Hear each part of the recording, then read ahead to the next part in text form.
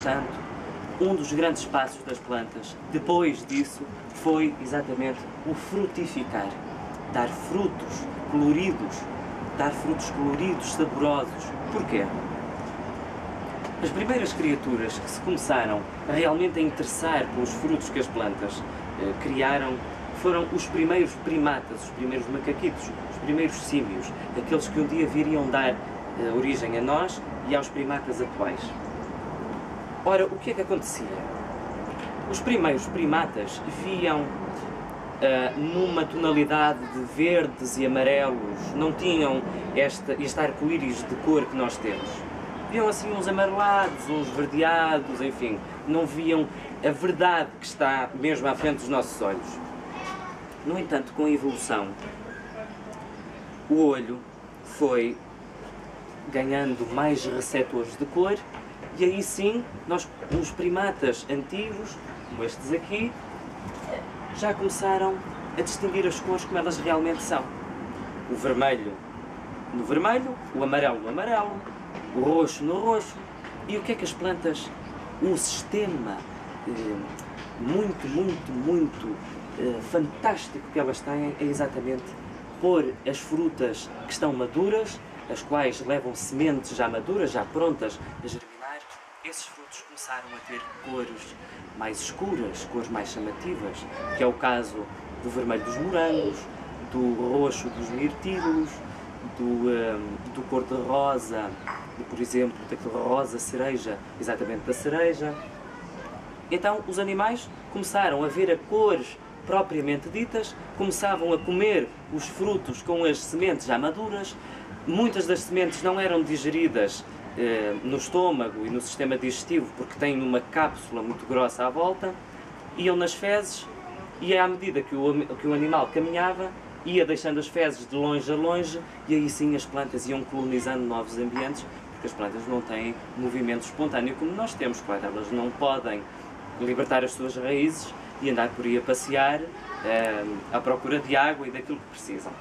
Entretanto, graças aos frutos, nós conseguimos a nossa evolução, desde este símio do Anthropopithecus até ao Australopithecus, passando pelo Homo habilis, até ao Homo ergaster, Homo erectus, e até por fim ao Homo sapiens sapiens, que somos nós, agora aqui a ouvir-me, neste preciso momento. A fruta, portanto, foi importantíssima para nós, não só para o nosso desenvolvimento intelectual, por parte das cores, mas também por parte dos nutrientes que os frutos nos conseguem fornecer.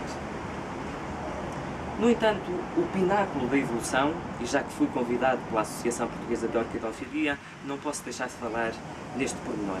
O pináculo da evolução foram as cápsulas com sementes muito pequenas.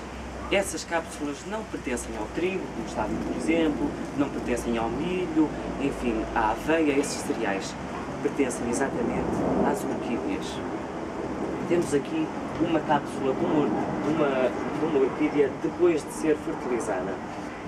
Estas cápsulas não produzem aquelas sementes redondas ou duras que nós estamos acostumados a ver. Não, estas cápsulas produzem fios de pequenas células, apenas 10 célulazinhas, que entretanto, ao amadurecerem, a cápsula abre e elas são levadas pelo vento. Este é o fruto das orquídeas, mais corretamente cápsula. Ora, isto é um exemplo de uma orquídea, como veem é o pináculo da evolução, é uma flor lindíssima, uma flor conspícua, uma flor evolutivamente fora do comum.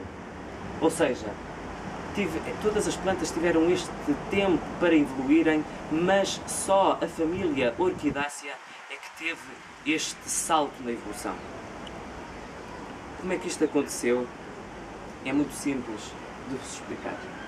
As orquídeas, em vez de produzirem grandes quantidades de pólen, produziam apenas estes aglomerados chamados políneas, que não eram levadas pelo vento, não eram levadas pela chuva, não eram levadas pela força da água dos rios, eram levadas pelos animais.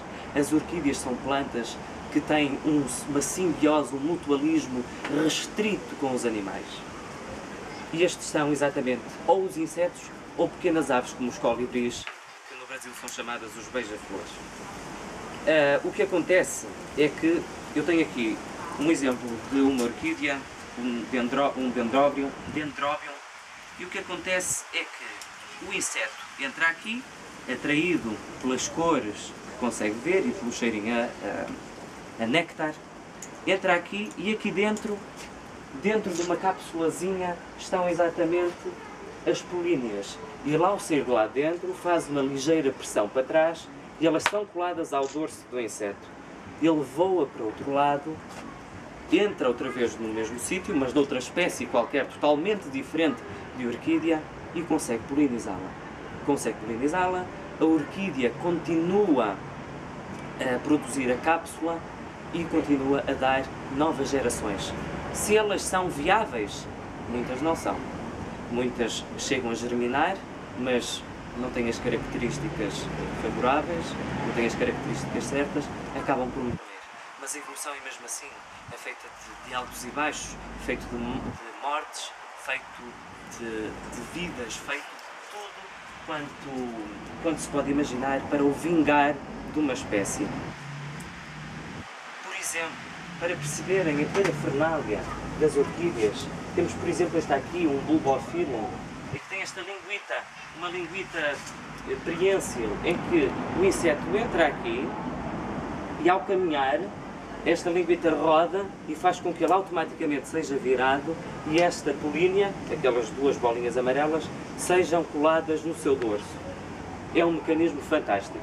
Esta aqui, por exemplo, que se chama Angraecum sesquipedale, que é uma orquídea nativa de Madagascar, tem este tubo compridíssimo, cerca de 60 centímetros.